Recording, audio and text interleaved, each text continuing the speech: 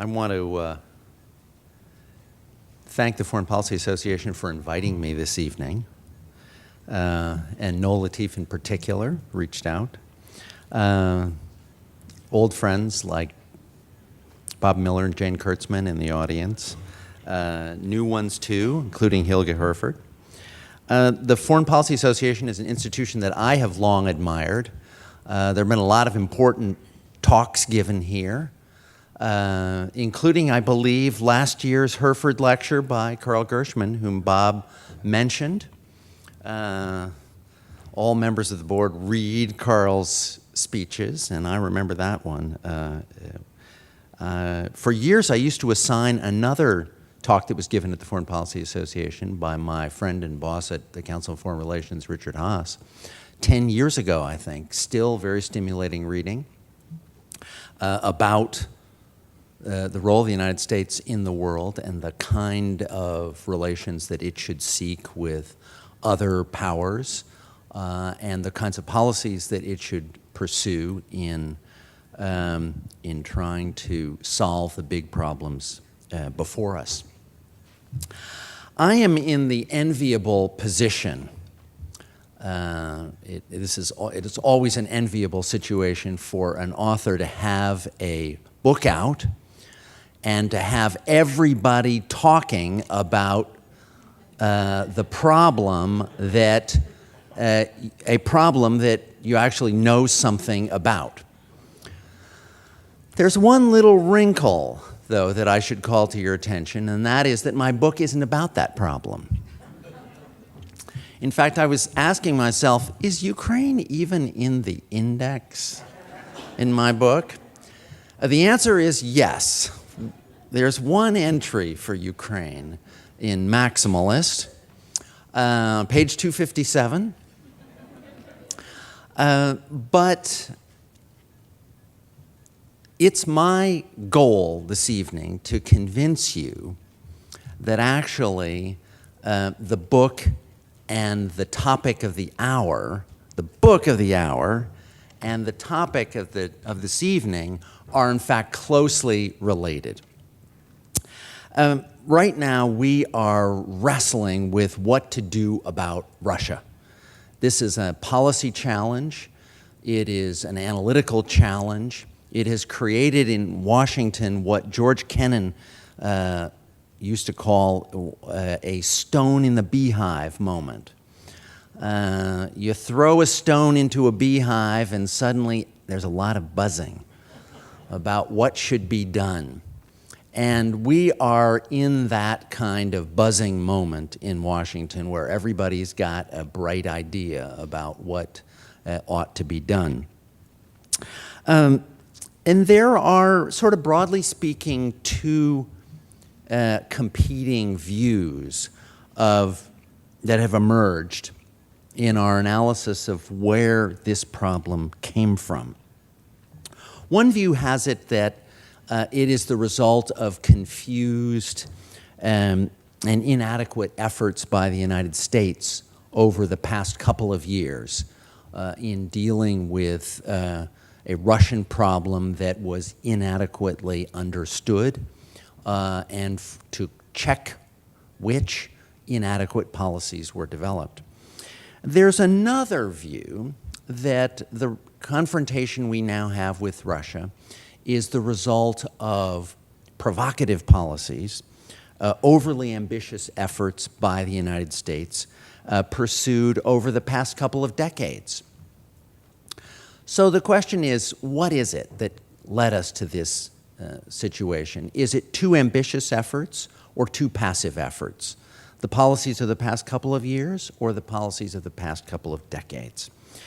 Now, to jump ahead a little bit, my view is that neither of these is a good enough answer to understand what we're going through right now. Not everything that happens in the world is the result of what we do. And I think it is important not to have a completely self-referential understanding of the crises that befall us and that break out in other parts of the world. And yet that's not the whole story, because I think there is actually a pretty interesting case to be made for both of those views, that too provocative and ambitious American policies or too passive and inadequate policies produced the situation that we are now in. And unless we understand these dimensions of American policy, the policies that I think reflect our DNA in dealing with the rest of the world, we're not going to have a good understanding of what we ought to do next. The purpose of my book is to try to understand the foreign policy DNA of the United States. And so you see how I'm circling back to the issue of the hour and the book of the hour to try to persuade you that they're related, even though Ukraine is only in the index once. So what I propose to do is to step back and explain these two different approaches in American foreign policy, the provocative and ambitious, and the passive and inadequate, and discuss a little bit how each contributed to the clash that we now are experiencing with Russia. And then I'll come back to where we are and what might lie ahead. Let me just quickly sketch the argument of the book about the two modes, the ambitious and the more passive modes of American foreign policy, because they will then enable us to sort of understand what the argument is about what led to this clash with the Russians. My case is that America operates really in these two modes, what I call maximalism and retrenchment. Maximalism is the activist problem-solving mode, throw resources at a problem, figure out a big solution, go fast, do more, pedal to the metal. The retrenchment mode is a different one. It doesn't say get moving. It does say the status quo is unacceptable, but it says do less, think harder, put on the brakes, try to step back, slow down. So if you look at the history of American foreign policy since the Second World War, you see a kind of alternation between these modes. You have the maximalist responses to moments where American leaders and policymakers decided America had been undercommitted and needed to do more. The Marshall Plan, the Korean War, the Berlin crises of the 50s and 60s, the Afghan invasion. Those are the big episodes of the Cold War that produced big American responses.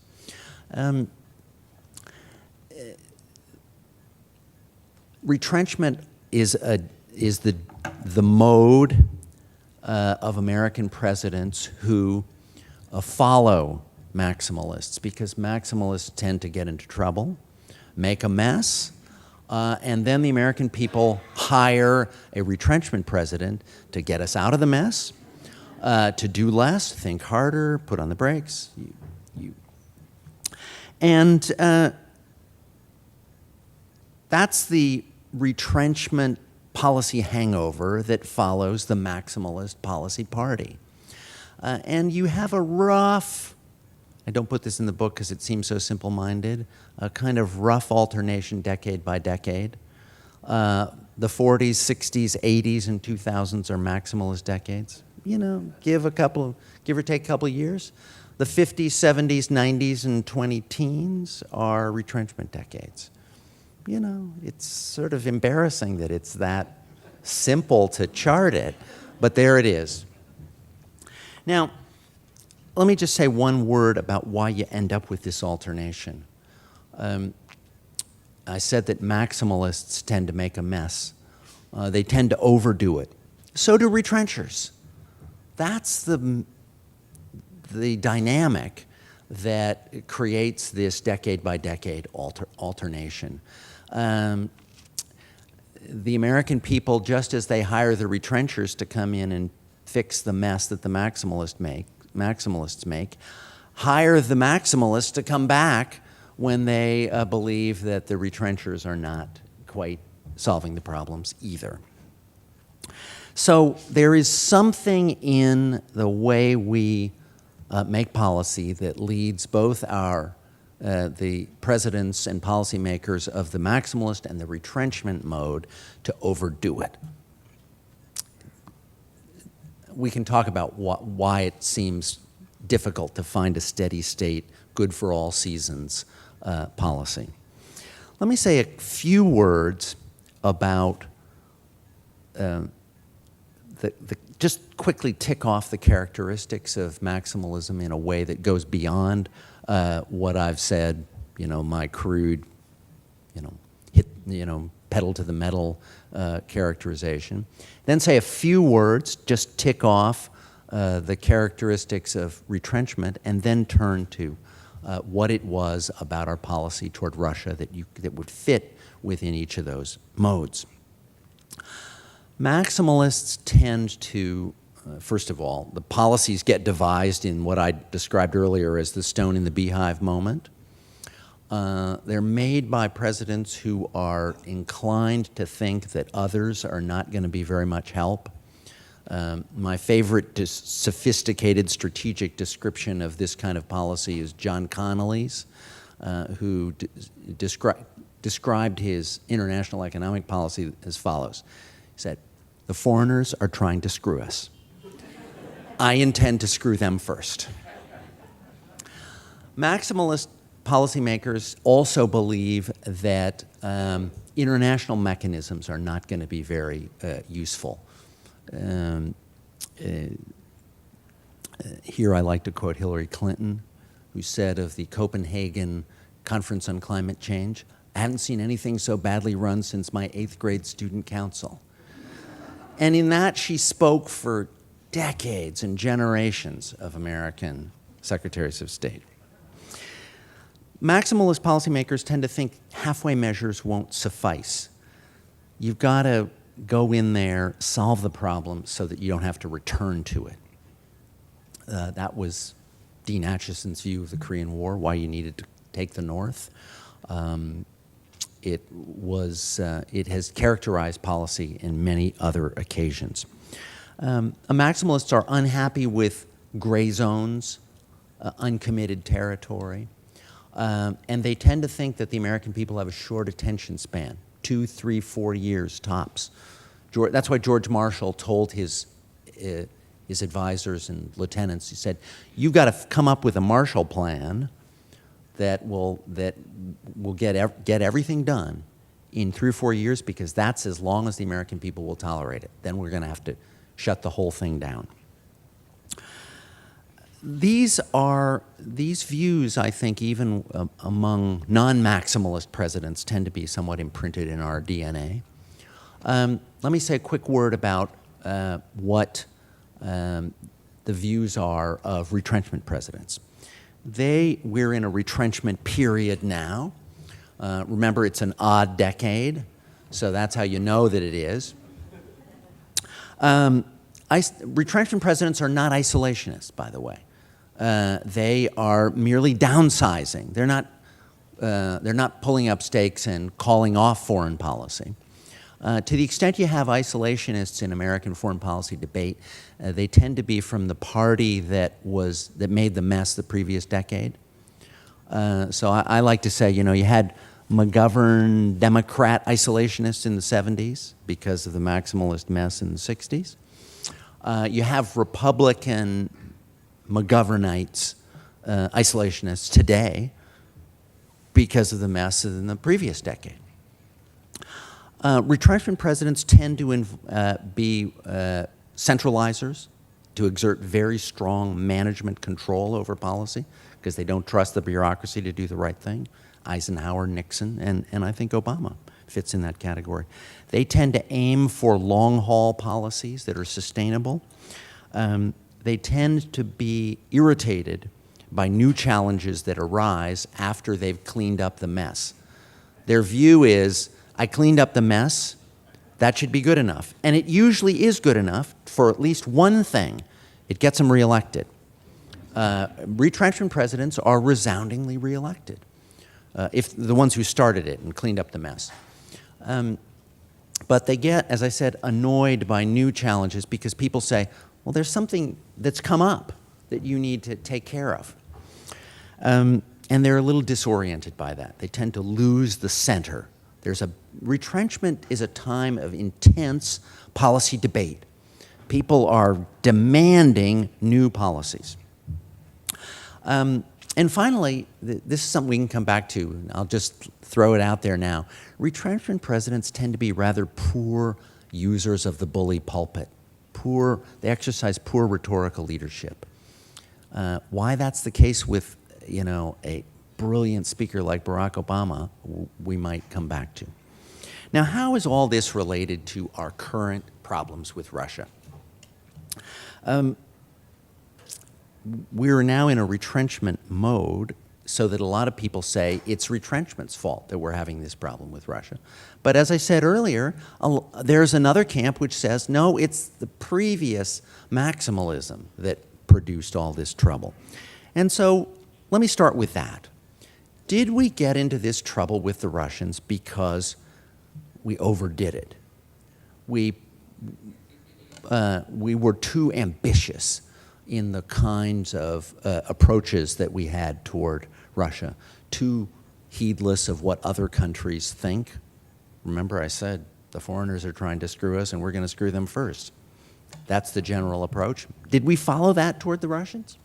Well, it is certainly true that there were very ambitious policies pursued toward Russia in the 1990s. Very ambitious in a lot of different ways. Very ambitious in the conception of partnership that could be developed, but also very ambitious in American activism and in the kinds of new initiatives that were taken. The enlargement of the NATO alliance that the Russians just did not like, and they said that many times. American activism in dealing with the wars in the Balkans in the 90s. And the Russians didn't like that, and they said so many times, and the United States ignored that as well. The United States was unwilling to let problems be unresolved. They thought the Cold War is over. We're not going to have a lot of gray zones. I said maximalists don't like gray zones. We're going to take anybody who wants to be in our alliance in. They could be part of an expanding West. And so that was the approach, for example, to German reunification. It was the approach after the 90s to recognizing the independence of Kosovo after we defeated the Serbs in the Kosovo War. American leadership was the phrase of the time. And the Clinton administration had a particular view of the role of the United States in exercising leadership. The President, the Secretary of State, and many of the rest of us who were involved in these policies said the United States was the indispensable nation. You could see how that might grate on other countries' nerves. We didn't say very important. We said indispensable. Americans tend to underrate the way in which their policies are seen as threatening by other countries. And that, I think, was true in the 90s and in the 2000s. By the way, a little clarification here. Did I say the 90s were a retrenchment decade? Yes, there was briefly a retrenchment at the end of the Bush administration, the beginning of the Clinton administration, but we got over it quickly. And the Clinton administration pivoted to a kind of, certainly activist, you could say, I argue in the book, kind of maximalist effort, of which indispensable nationism was the core ideological precept. Now, you could say, well, there were many opportunities for the Russians to be part of this. A lot was offered to the Russians. They were brought into the G8. They were brought into other clubs that the West had formed. And this was supposed to offer them a large role, all kinds of assistance for them in this process of integration. And I think one shouldn't underestimate that. American presidents of both parties and of many different strategic orientations have sought to reach out to the Russians, to work with them in all kinds of international problem solving. But you gotta say that you can see how the overall approach would have seemed to the Russians to be a little bit overconfident, forward-leaning, maybe even hostile. And that conviction certainly took root among Russian policymakers. Okay, that's the claim that maximalism produced this problem that we have with the Russians. We annoyed Putin, we annoyed the Russian foreign policy establishment, we annoyed the Russian people, we insulted them, and now it's just payback time. Okay, how about the view that it's retrenchment that produced this problem? You hear that from some people. You know, I've been asked this in the media a lot of late. Is it weakness that produced this kind of challenge by the Russians? Is it the conviction that the United States would not block them? And here, I think one can make a pretty respectable case, too. Here's the critique. The United States in the past few years, take 5 years, like take the Obama administration, has been too focused on the mop-up. Remember I said retrenchment presidents are hired to mop up, and that's what they focus on. The president's priorities have been to disengage, and that sends a message, right? You could say the administration was too quick to back away from previous Russian troublemaking. The war in Georgia in 2008, we've now heard that a lot from the commentators, that the United States did not make Russia pay for its war against Georgia.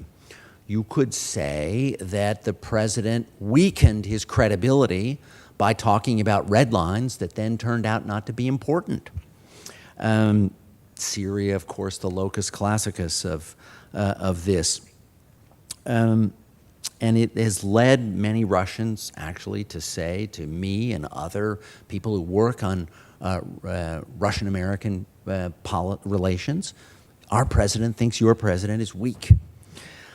You could go beyond that. You could say, quite apart from the red lines, there's the clear telegraphed message of the president's lack of interest in and determination not to get involved in a horrendous international crisis, the civil war in Syria. You could say that the Libya intervention of the United States, which was a little bit of activism followed by a quick checking out, also sent the same message, not really sticking to big problems. You could say that this administration has been less interested in Europe, has downplayed the significance of it, reduced its presence in Central Asia while winding down the war in Afghanistan. You could say a lot of things that would suggest that in Ukraine, the United States was not going to be able to resist Russian policy. And Putin has obviously had that view in one respect at least, and you hear this from a lot of Russian commentators. The United States and the Eastern and Europe and the Europeans have not been prepared to put real money on the table. They're not able to really call the shots in Ukraine. So you could get from that a different conviction, not of hostility as the Maximalist episodes would have suggested, but of indecision and passivity, a conviction that the West would not be able to resist a Russian offensive.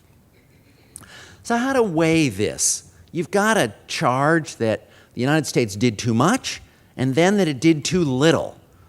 So what's the story? What is it that produced this kind of clash? Well, I think you could make the argument that that's a particularly bad combination. A conviction on the part of the Russians that the United States is hostile and ineffectual. Then you are encouraging initiatives that may not be to our liking. As I said, though, this is a little too self-referential. This is too much about us. And we need to add a little more context in order to understand how we ended up in this mess. So let me just say a few words about that. It matters that this clash happened at a time when Russian-American relations already stank. And how had they come to stink? What had made them so bad? What were the dynamics of that? Well, I would say, if you had to look at it, the most important factors here have been Russian domestic ones, have been the conflicts in Russian society, over the challenge that was posed to Putin in his when he returned to the presidency, which he attributed to Hillary Clinton giving a signal to overthrow him. Hard to take that too seriously, I would say, but I think the key thing is that did worsen Russian-American relations, and it was largely because of a domestic turmoil in Russia. You've had an economic downturn, also has put the Russian government on the spot. You've had ethnic conflict in Russia. Race riots meant, probably, if you're not a specialist, you haven't paid attention to this, but you've had genuine race riots in Moscow in the past year. You've had much more reliance, as a consequence of all these factors, political confrontation in Russian politics, economic downturn, ethnic tensions. You've had much more reliance on nationalism as the legitimizing principle of the Russian regime. You have to understand also what the Russian-Ukrainian dynamics have been. They have not been all about us. They have involved a lot of miscalculations on the Russians' part, and a kind of eruption of political turmoil inside Ukraine that I think can't be traced to any of the factors that we've talked about, either over-ambition or over-passivity on the part of the United States. Finally, you have Russia much more powerful and prosperous than it has been in the past. This has doubtless had some place in Russian calculations as to what they could do, what they could get away with. For one thing, it made it possible for Putin to say to the Ukrainians, "I'm putting $15 billion on the table if you'll come with me." That's something the Russians could never have imagined doing until just recently. Given this, you'd have to wonder whether there was any Western policy that might have prevented this crisis from erupting. I think it's arguable that with no NATO enlargement, with no retrenchment on the part of the United States, you would still end up with this crisis erupting between Russia and Ukraine, and then between Russia and Europe. Remember that in the past, when the Russians were unhappy with NATO membership, they said to countries that wanted to join NATO in Eastern Europe, they said, "Can't you just join the EU instead?" Now, when the Ukrainians talk about how they want to join the EU, this is thought to be the expression of desire to join a military bloc that is anti-Russian. That's at least what the Russians say. So you've had a kind of building up of confrontation that you could say is maybe unavoidable. One other thing I'd add here is that you have to see how many of the maximalist policies that most antagonize the Russians have actually had a kind of stabilizing effect in this crisis, in the current crisis. And let me just play that thought out for you for a moment.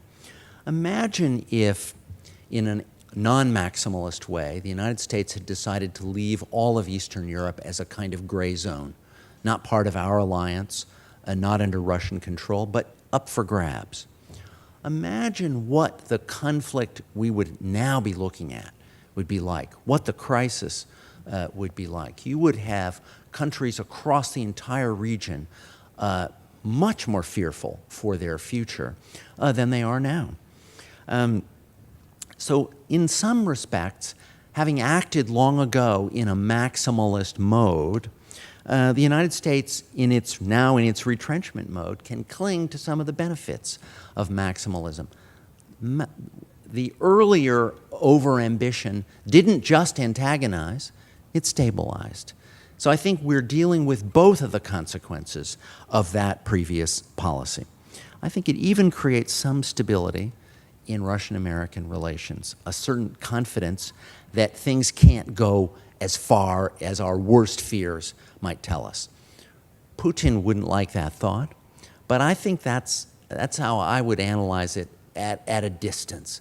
I think there's a kind of greater bedrock stability in the current crisis than we would have had it not been for the policies that the United States pursued, both the maximalist policies and, I would say, the retrenchment policies, because it was the retrenchment policies of the Obama administration reaching out to Russia in the reset that also created a kind of foundation for greater stability.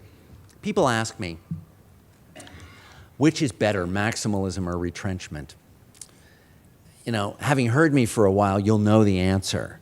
It's that if both sides overdo it, you can't. It's not so easy to pick a favorite. Both modes lead to screw-ups. Achievements, yes, but also to excess. And I think digging into American foreign policy shows how hard it is to draw the line between good policy and overdoing it.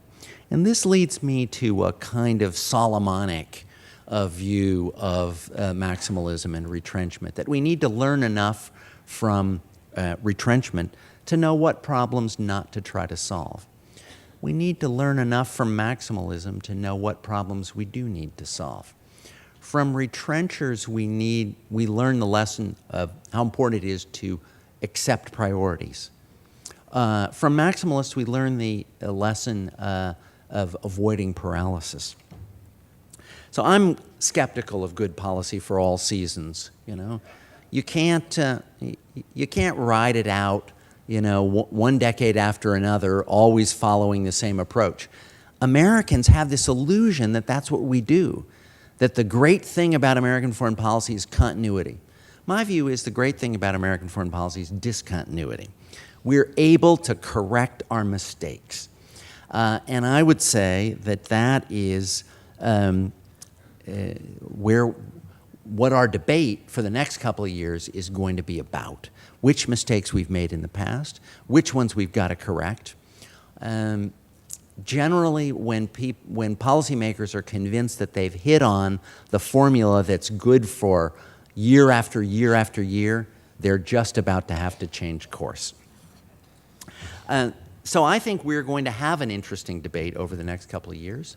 It's likely to produce neither maximalism nor neither renewed maximalism nor continued retrenchment, but instead a very interesting, continuing stone in the beehive moment. Why don't I stop with that, and you can have at me, explain what where I've gone wrong. Thank you very much.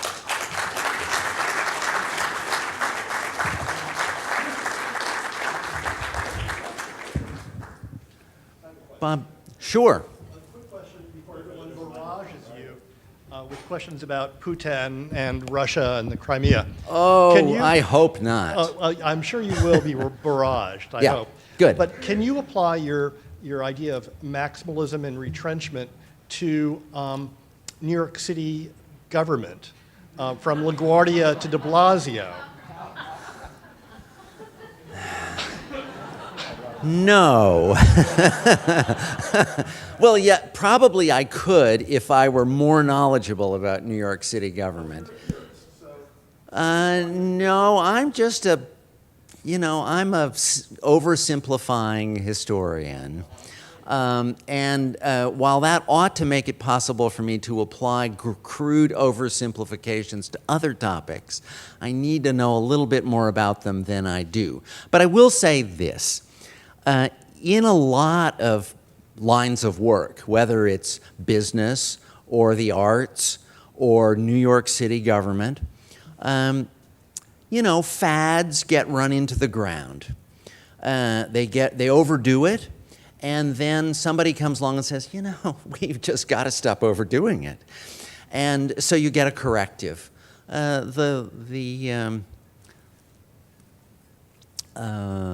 I suspect you could apply that to a lot of different enterprises. I've only tried to apply it to American foreign policy so as to understand how, in that particular enterprise, we overdo it. Yeah.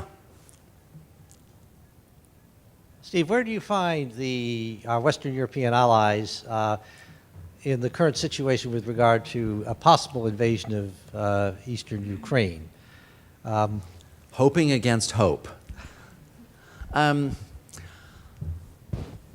It's a really good question, because I think it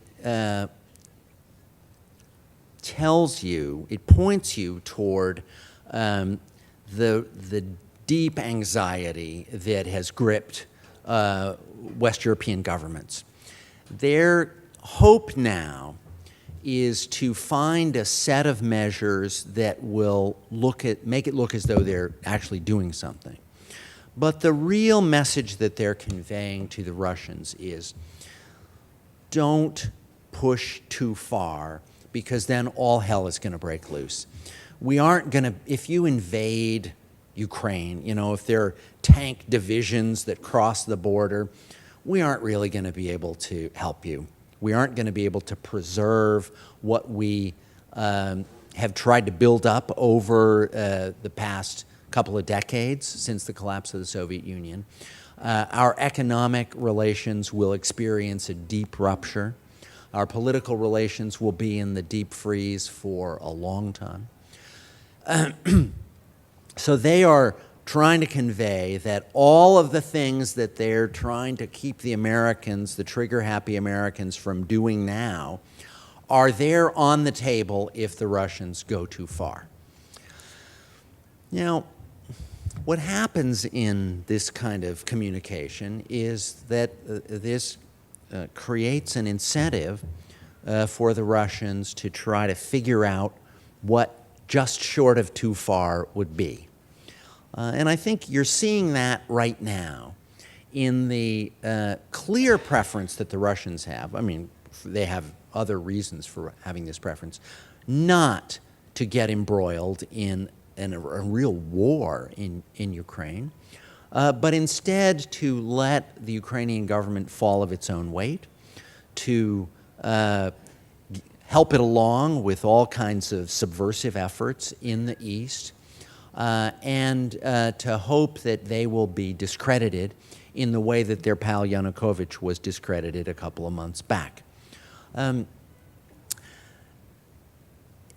If that happens, then I don't know where we're going to be, because I'm pretty confident that if you get a real invasion, the Europeans are going to do what they're saying to the Russians, which is a very extreme response. If they stand down altogether and cooperate in implementing that Geneva Agreement of last week, or the week before last, then you could get a scaling back of the tension and sanctions. But in the middle ground is where the action is going to be for the foreseeable future, and that creates a lot of discord between the United States and the Europeans, among different European governments, and with the Russians. So that's the drama to watch over the next few weeks and months. Yeah. I mean, it seems to me that since 1990, the breakup of the Soviet Union, Russia and Putin basically have expanded or grown through the oil prices and gas prices in the world. And Gerhard Schroeder, as we all know, is in the back pocket of Putin, and Germany is obviously the biggest importer of Russian gas. Given all that, why aren't we doing more in terms of opening up our gas markets to export to Europe and get Europe off the Russian fix? Well, in the buzzing that's going on in Washington, there's a lot of buzzing around the issue of energy policy. And there are some specific initiatives that have been discussed to exploit the revolution that is underway in international energy markets and in production across the board. A lot of people say, yes, this is the moment to step up to the opportunities for liquid natural gas exports to Europe, which would ease the burden of not only the burden of dependence that Europe feels vis-a-vis the Russians, but would reduce prices. Right now, natural gas prices in the United States are about 1/4 of what they are in Europe. If you created a more liquid market, those prices would come down. So you would be really changing the economic realities in important ways. Those are not measures that will have an immediate effect, although I'm sorry, I didn't add another one, which is exporting oil. The United States is about to become the world's largest oil producer, I believe.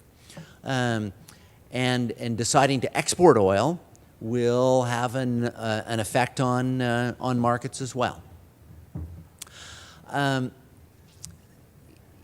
In this debate, you're not talking about, as I said a moment ago, quick returns, but the psychological impact could be rather significant, and even in futures markets, you might have some impact. I've had oil experts explain to me that the adjustment actually could be much more rapid than people think. When sometimes they say, it would be years before you saw any real change in the energy trade. I can't judge those issues. They're not the only areas where you could have an impact on the Russian economy, if that was your goal. You could attack Russian access to international financial markets. You could have an embargo on defense technologies, on military exports. I think the administration is actually creeping up to that latter one because most of in addition to the individual sanctions that were announced yesterday to deny visas and freeze assets of particular people close to Putin, there was an announcement that a lot of export of high tech with defense implications were going to be reviewed. And that will have an impact not just on our own exports, but on the exports of other countries that employ technologies. So the effort is being made to, increase the pressure. But these are governments that our own government moves extremely slowly here, and together with the Europeans moves even more slowly. And there's a lot of resistance on the part of Europe. What I keep saying to people is, just to come back to the point you made, among all of these issues, the Europeans are very resistant to take serious financial measures. They're quite reluctant to interrupt other kinds of trade, especially defense exports. But in the case of energy, they have a strong interest. And the question would be, if you put that on the agenda between the United States and Europe and try to develop common policies, could you make any progress? Because the Europeans would be the beneficiaries here. You wouldn't be asking them to take a hit. You would be offering them the opportunity for some significant benefit. This is an approach to this problem that American administrations have never taken. And it has some sources in domestic politics and others as well. I think if this crisis deepens and continues, you're going to find people unable to avoid a serious discussion between the United States and Europe about energy. Yeah. Actually, maybe we should go over, well, let's do that one. And then we'll go over to the other side of the room. We've got some hands waving here. Thank you, Thank you, Ambassador. Two quick questions. I broadly agree with you since I served in Moscow before. First question is whether or not the sanctions will work. And secondly, whether or not what's the future of cooperation between Russia and the US on issues such as Iran, Syria, and even the Arctic. Thank you.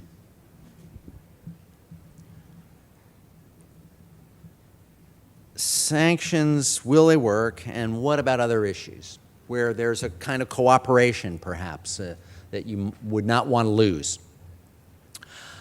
What Russians say about most of the sanctions is, this is kind of piddling stuff. But they also say, if you were serious about it, you would really, I've heard this from friends in Russia and in Ukraine too, for that matter, for the past 10 or 15 years. If you really were serious about changing Russian behavior, you would follow the money. And you would try to make a serious effort to control the access that Russians have to the West. There are lots and lots of obstacles to that, and I just don't know that you're ever going to be able to develop an effective policy along those lines. A policy that focuses on individuals, which is what we've been doing for the past month or so, 6 weeks. Sanctions, though, can encompass a broader series of measures, economic retaliatory measures, which some Russian economists tell me could have a more serious impact given the weakness of the Russian economy. And some people in the Treasury are saying that actually the Russian economy right now is more vulnerable than many people imagine. That if you tried to, even if you begin somewhat slowly at restricting the access of Russian banks, for example, to international markets, you can begin to impose costs of a pretty serious kind. I can't judge those, but that is a view that I know has taken hold in the Treasury after a great deal of skepticism. And as this crisis began unfolding early in the year, people in Treasury looked at these questions and they came to the conclusion that there's nothing that could be done that wouldn't hurt the Western economies more, or at least just as much as the Russian economy. I think that view is changing. It's possibly influenced by the record of sanctions against Iran over the past 10 years, which have actually been surprisingly effective. I don't know all of the reasons for it, but I would urge you, if you're interested in this, to watch the debate among people in and out of the Treasury who are arguing this issue. How vulnerable is the Russian economy to a spreading series of sanctions? A lot of people have said we shouldn't take on the Russians on this issue because we've got so many other issues where we need to do business with them. And Iran is one that is mentioned. The cooperative effort on chemical weapons in Syria is another one. North Korea is another one. Who wants to sacrifice those efforts? I think that is an understandable approach. My view is where we can continue to pursue cooperation.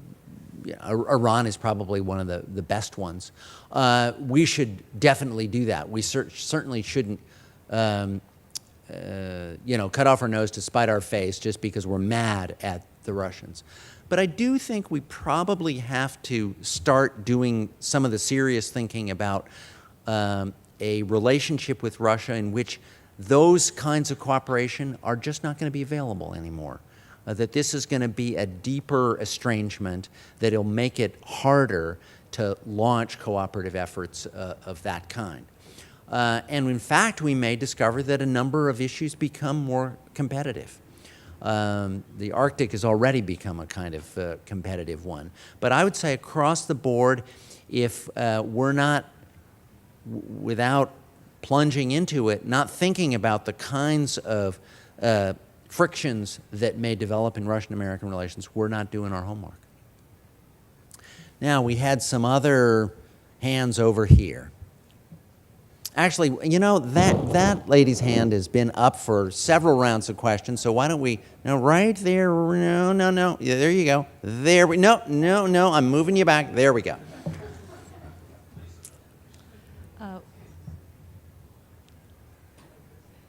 Whether it be the ebb and flow of maximalism or retrenchment or the policies undertaken in this current phase of retrenchment, what kind of message do both of those things send to the world beyond Russia, and to say, rising foes and allies in Asia, for example, China, North Korea, etc. And while the U.S. might be in a retrenchment phase now, is there an argument to be had about the fact that the inaction of the Obama administration in, for example, Syria, that'll have serious repercussions in the future, and that the government maybe needs to show flexibility in switching gears from the current retrenchment to a more quote-unquote maximalist attitude? Yeah, there's no doubt that American allies talk to each other and they read the newspapers. And so they try to draw conclusions from the way in which the United States acts in one area and ask whether that's going to have implications for them. So you've had a kind of chattering class debate, at least, and maybe more than that, across East Asia. Since the president backed down on the Syria red lines, with the evolution of policy toward Ukraine, people saying, gee, what is it that how much confidence should we have in the policies of the United States? Now, a lot of that is just overreaction to the news, and many foreign ministries will not take it too seriously, or to the extent that they do, they'll just use it as a kind of lever to nudge the Obama administration to give them a little more love, to give them a little more commitment, to show that they care. That's one of the things that has been on the president's agenda in the past week in Asia. in his trip there, he has been trying to underscore, you know, we might be a retrenchment. That is a noisy pen. He has been saying we might be in retrenchment mode, but we are seriously committed to an activist policy in Asia. And this has been one of the really fascinating strands of American policy over the past couple of years, because the administration saw East Asia as the area it could be a new growth account, even as it was extricating itself from the Middle East, from Iraq and Afghanistan in particular. And the president made a number of claims about American interest in Asia and about the commitment, so that when he was in Australia a couple of years ago, he said, you know, you might have heard that our defense budgets are under pressure, but that will not affect our fleet in the Pacific. You know, these days, people are, you know, wondering whether that pledge can actually be kept.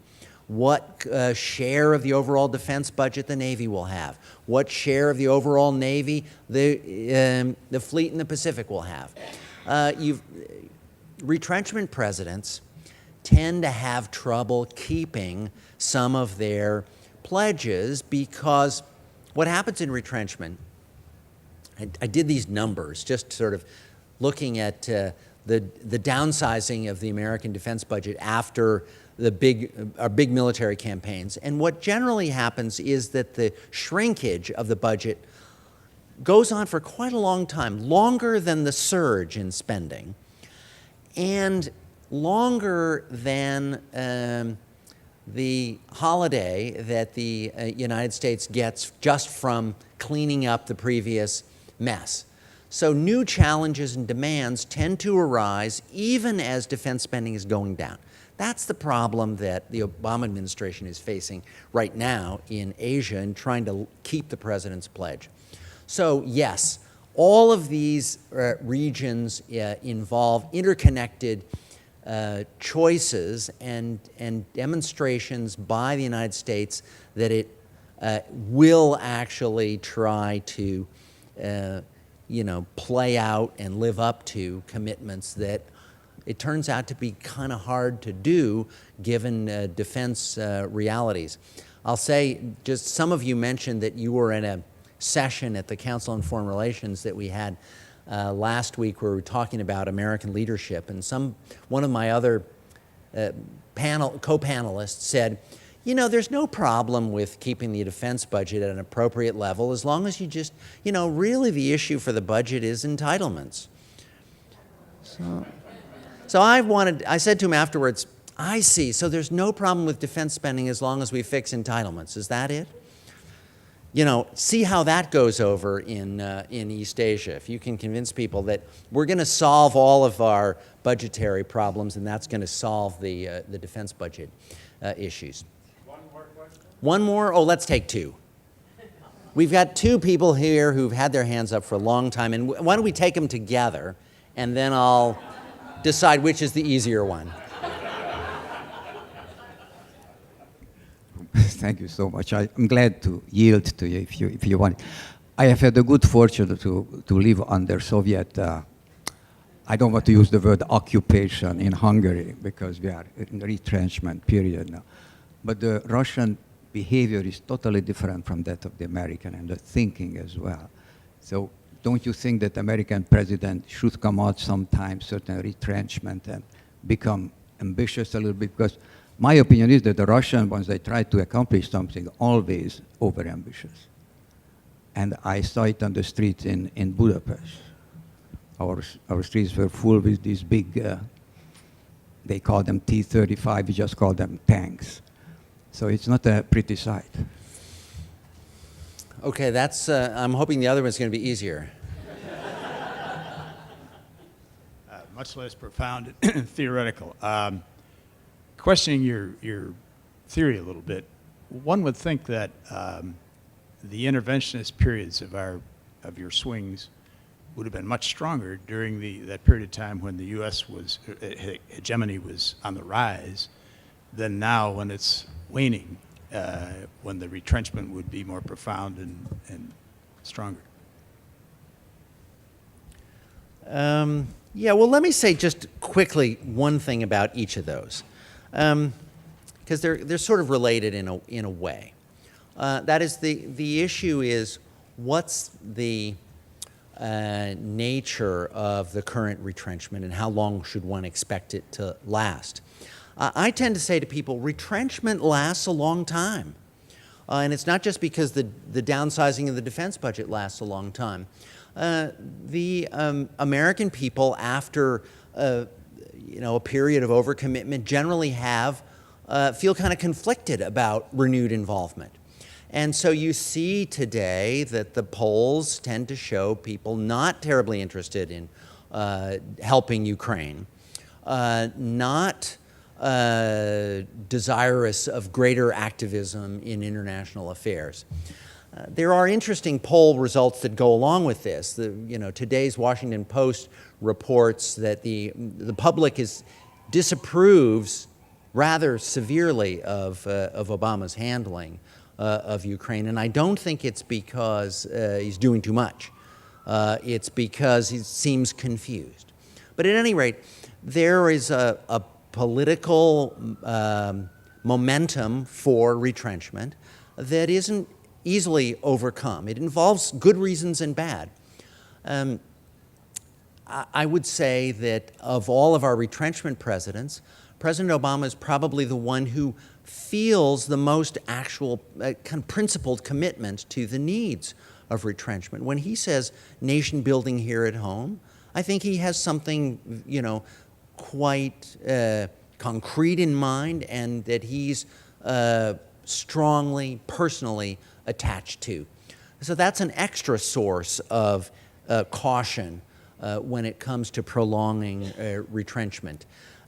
All retrenchments end in crisis, when there's something so bad that seems to require action. But not all crises end retrenchment. We tend to, have a kind of iterative process of coming to the conclusion that now we've got to do something different before we change course. And I don't predict which one it's going to be, but I think you can see in the debate about this crisis the way in which those hesitations operate. I think we're going to have a really lively debate over the next 2.5 years between now and the presidential election about what the foreign policy should be going forward, and I don't think there's any predicting which party is going to be offering the people, the voters, maximalism, and which one is going to be offering retrenchment, because I think you've got a strong wing for each in both parties. About Eastern Europe, all of that tends to be an argument for caution and reduced commitment in Eastern Europe. But I would try to buck you up, and that's discouraging for you and your former countrymen. But I would buck you up in this respect. American presidents who were committed to retrenchment I said they're not isolationists, and they are very conscious of the damage done to the foundations of American power.